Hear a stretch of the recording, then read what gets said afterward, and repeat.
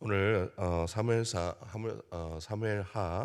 14장 말씀을 통해서 이 다윗의 실책이라는 제목으로 함께 교훈을 얻고자 합니다.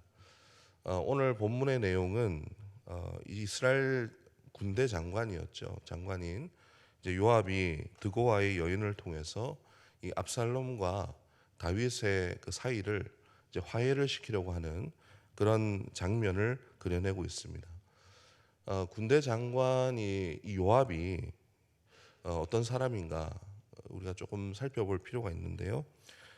군대 장관일 뿐만 아니라 굉장히 전쟁에 능한 사람이었고 다윗의 왕조를 세우는데 아주 1등 공신이었던 아주 주요한 인물입니다. 그만큼 이 전쟁에 능할 뿐만 아니라 이 정무 감각도 굉장히 뛰어나서 정치적인 그런 야욕도 있었던 사람이고, 그래서 권력과 막강한 그런 영향력을 행사했던 그런 사람이 바로 요압이었죠. 그런데 왜 그가 갑자기 등장을 해서 이 한 여인을 내세워서 이 다윗의 마음을 돌이키려 했는가? 이 사건을 우리가 오늘 이 시간에 조명하면서 우리에게 주시는 교훈을 한번 얻고자 합니다. 먼저 우리가 한 가지를 우리가 요약해 볼 수 있습니다. 왜 요압과 여인이 이 계책으로 등장을 했고 이 사건을 우리에게 보여주시는 이유가 무엇인가? 한 가지를 우리가 생각해 볼 수 있는데요. 그것이 무엇이냐면 다윗이 아버지로서 또 왕으로서 제대로 된 책임을 다하지 못했기 때문입니다. 오늘 12장부터 이어지는 이 일련의 사건들을 이렇게 우리가 읽다 보면은 어찌 보면은 다윗 왕조의 가장 어두운 부분을 지금 드러내고 있는 그런 모습을 우리가 볼 수가 있습니다. 그 내용이 무엇입니까? 결국에 자신의 아들들의 만행으로 인해서 결국에는 반란으로 이어지기까지 그 바람잘 날이 없는 굉장히 끔찍한 그런 만행들이 이들 가운데 일어났다라고 하는 것이죠. 그 이전 사건에서도 아시다시피 암논이 그 이복누인 다말을 범하게 되고 이 일로 인해서 압살롬이 그 암논을 죽이려고 증오를 품는 그런 장면들을 성경을 통해서 기록을 하고 있습니다. 여기서 요압 장군도 나오고 뭐 드고아의 여인도 나오고 그 자녀들이 모습들이 서로 다투는 그런 모습들이 나오지만은 결국에 이 모든 일의 원인은 누구에게 있습니까? 예, 그 시작은 다윗으로부터 출발을 했다라는 것입니다. 우리가 잘 아는 그 밧세바를 범하게 된 사건이죠. 하나님께서 그 왕궁에 있을 때에 하나님이 보시는 가운데서도 불구하고 밧세바를 범하는 그 사건이 벌어지게 되는데요. 그러나 이 밧세바를 범하는 사건뿐만 아니라 더 충격적이었던 것은 그 밧세바의 하나뿐인 그 남편을 우리아를 이제 전장터로 일부러 보내서 모살을 하게 되는 그 충격적인 장면이 다윗을 통해서 이루어졌다라고 하는 것입니다. 여기에 개입했던 사람이 또 요압 장군이었죠. 어쨌든 이 일로 인해서 나단 선지자가 등장을 하게 되고 구약의 말씀을 인용하면서 피해를 준 것에 4배나 갚아야 된다 이렇게 말씀을 하시면서 그에게 다윗의 집에 칼이 떠나지 않을 것이라고 예언을 하게 됩니다. 그래서 이 비극적인 사건들이 이제 따라오게 된 것이죠. 우리가 살펴본 것은 뭐냐면 이런 그림 가운데서 다윗이 어떤 태도를 취했는가를 우리가 좀 살펴봐야 되는데요. 참 이상하게도 자기 자식들의 어떤 이런 심각한 일들이 벌어지고 있는 가운데서 다윗이 어떤 행동을 취했는가, 적극적으로 중재자의 역할을 하는 그런 모습들이 보이지를 않습니다. 이것을 그냥 방관하고 방치하는데 이 다윗의 모습이 있었다라는 것이죠. 특히 이 왕조 안에서 사실 왕자들끼리 서로 칼을 겨눈다라고 하는 것은 이 정치적으로 굉장히 위험한 이 왕조를 흔들 만한 굉장히 큰 사건임은 우리가 이 부정할 수가 없습니다. 굉장히 왕조가 불안할 수 있는 심각한 문제라는 것입니다. 그러니까 다윗에게는 두 가지 책임이 있었습니다. 첫 번째는 아버지로서 그 아들들의 어떤 문제들을 다뤘어야 됐고, 두 번째는 왕으로서 나라를 지키기 위해서 어떠한 결단을 행동했어야 된다는 것입니다. 그런데 아버지이기 전에 또 왕으로서 그런 상벌을 주든지 어떻게 해서든지 이 문제들을 더 번지지 않도록 그것을 중재를 했어야 되는데 다윗은 여기에 대해서 아무런 반응도 하지 않게 되는 것이죠.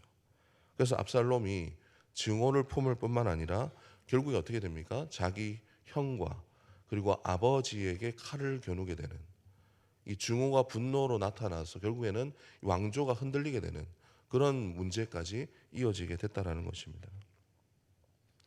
오늘 이 사건을 통해서 이것을 지적을 하고 있는데요. 우리 14장 6절 말씀을 함께 보겠습니다. 14장 6절 말씀입니다. 이 여종에게 아들 둘이 있더니 그들이 들에서 싸우나 그들을 말리는 사람이 아무도 없으므로 한 아이가 다른 아이를 쳐 죽인지라. 아멘. 말리는 사람이 아무도 없으므로. 이것은 어떻게 보면 간접적으로 다윗에게 이러한 책임이 있음을 지금 책망을 하는 것이죠. 말리는 사람이 없었다. 아들들이 싸우는데 말리는 사람이 없었다라는 것입니다. 이때 요압이 그 중재 역할을 한 것입니다. 아까 말씀드렸던 것처럼 요압이라는 사람은 굉장히 정치적인 인물입니다. 정부적인 감각이 거기에 굉장히 도가 텄던 사람이기 때문에 어떻게 보면 요압의 판단은 다른 게 아니라 정치적인 목적이 있었습니다. 압살롬이 외척을 뒤에 두고 혹시나 그 외세의 힘을 입어서 혹시나 왕조를 흔들까 싶은 그런 두려움도 있었고, 이것을 이제 무마하기 위한 하나의 정치적인 그런 행동으로서, 그래서 이제 압살롬과 다윗을 빨리 화해시키려고 하는 그런 행동들을 보였다라는 것이죠. 어쨌든 그러나 이 요압의 행동이 다윗보다 더 나았다라는 것은 우리가 이 성경을 통해서 잘 볼 수가 있습니다. 어쨌든 왕조가 안정이 되고 나라의 안녕을 위해서 화평을 가지고 오려고 그렇게 애를 썼다라는 것은 분명하다라는 것이죠.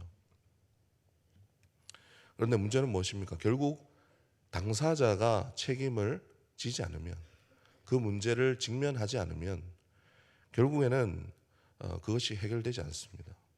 다윗이 이 문제를 직접적으로 압살롬과의 어떤 문제, 아들과의 문제, 이런 책임들을 결국 자신이 직면하지 않음으로 인해서 결국 압살롬의 그 반역까지 이어지는 그런 심각한 지경에 이르렀다고 성경은 증언을 하고 있습니다. 결국 이 말씀을 통해서 우리에게 주시는 메시지는 무엇이냐면, 여러분, 공동체를 세우기 위해서 나는 어떤 책임과 목적을 가지고 오늘도 행동을 하고 있는가라는 것입니다. 여러분, 책임을 회피하고 전가하는 것만으로는 어떤 문제가 해결되지 않습니다. 일도 관계도 마찬가지라고 생각되어집니다. 특히나 우리의 신앙적인 문제에서는 더더욱 그렇습니다. 우리가 한 영혼에 대한 문제는 누구에 대한 문제, 당신 문제, 내 문제, 이게 아니라 이것은 모두의 문제고 결국 그것도 내 문제입니다. 같이 그것을 가지고 각자의 짐을 나눠주고 씨름하면서 기도해 나가면서 하나님께 붙들고 풀어나가야 되는 그런 공동체의 그런 운명과 우리의 책임이 있다라는 것입니다. 여러분, 왜 그렇습니까? 결국 우리 목적은 우리가 건물을 세우는 것이 아니라 주님의 교회를 세우는 것입니다. 주님의 나라를 이루기 위해서 하나님께서 우리를 오늘도 부르셨다라는 것이죠. 주님의 교회는 화평이 흘러야 되고 그 안에 위로와 사랑이 넘쳐야 됩니다. 싸움이 있을 수 있습니다. 문제가 있을 수 있습니다. 그러나 우리는 하나님 나라, 주님께서 우리를 부르신 목적을 분명히 하고 그 책임을 함께 지면서 그 나라가 더욱더 화평할 수 있도록, 더 사랑이 넘칠 수 있도록 그렇게 행동하고 그 목적을 향해서 우리가 씨름해야 된다라는 것입니다. 오늘 이 말씀을 오늘 기억하면서 각자에게 주시는 분량대로, 오늘 하나님께서 우리에게 주시는 분량이 있습니다. 그리고 책임과 그런 목적을 향해서 나아가게 하시는 하나님의 뜻이 있습니다. 그것이 무엇인가 우리가 오늘 다시 한번 생각하면서 주님의 건강한 교회와 공동체를 세워나가는 저와 여러분 되시기를 주님의 이름으로 축원합니다. 기도하겠습니다. 하나님 아버지, 우리를 부르시는 그 선한 목적을 이루어드리기에 합당한 삶으로 살아가기를 원합니다. 나의 이기심과 두려움을 버리고 함께 비도 맞을 줄 알고 서로 기댈 줄도 알며 적어도 공동체에 주어진 운명을 함께 짊어지고 나아가는 성숙한 믿음의 사람이 되게 하여 주시옵소서. 주님 앞에 방관하고 회피하는 것이 아니라 문제를 담대히 다루며 화평을 가져오는 일에 우리가 귀하게 쓰임 받게 하여 주시옵소서.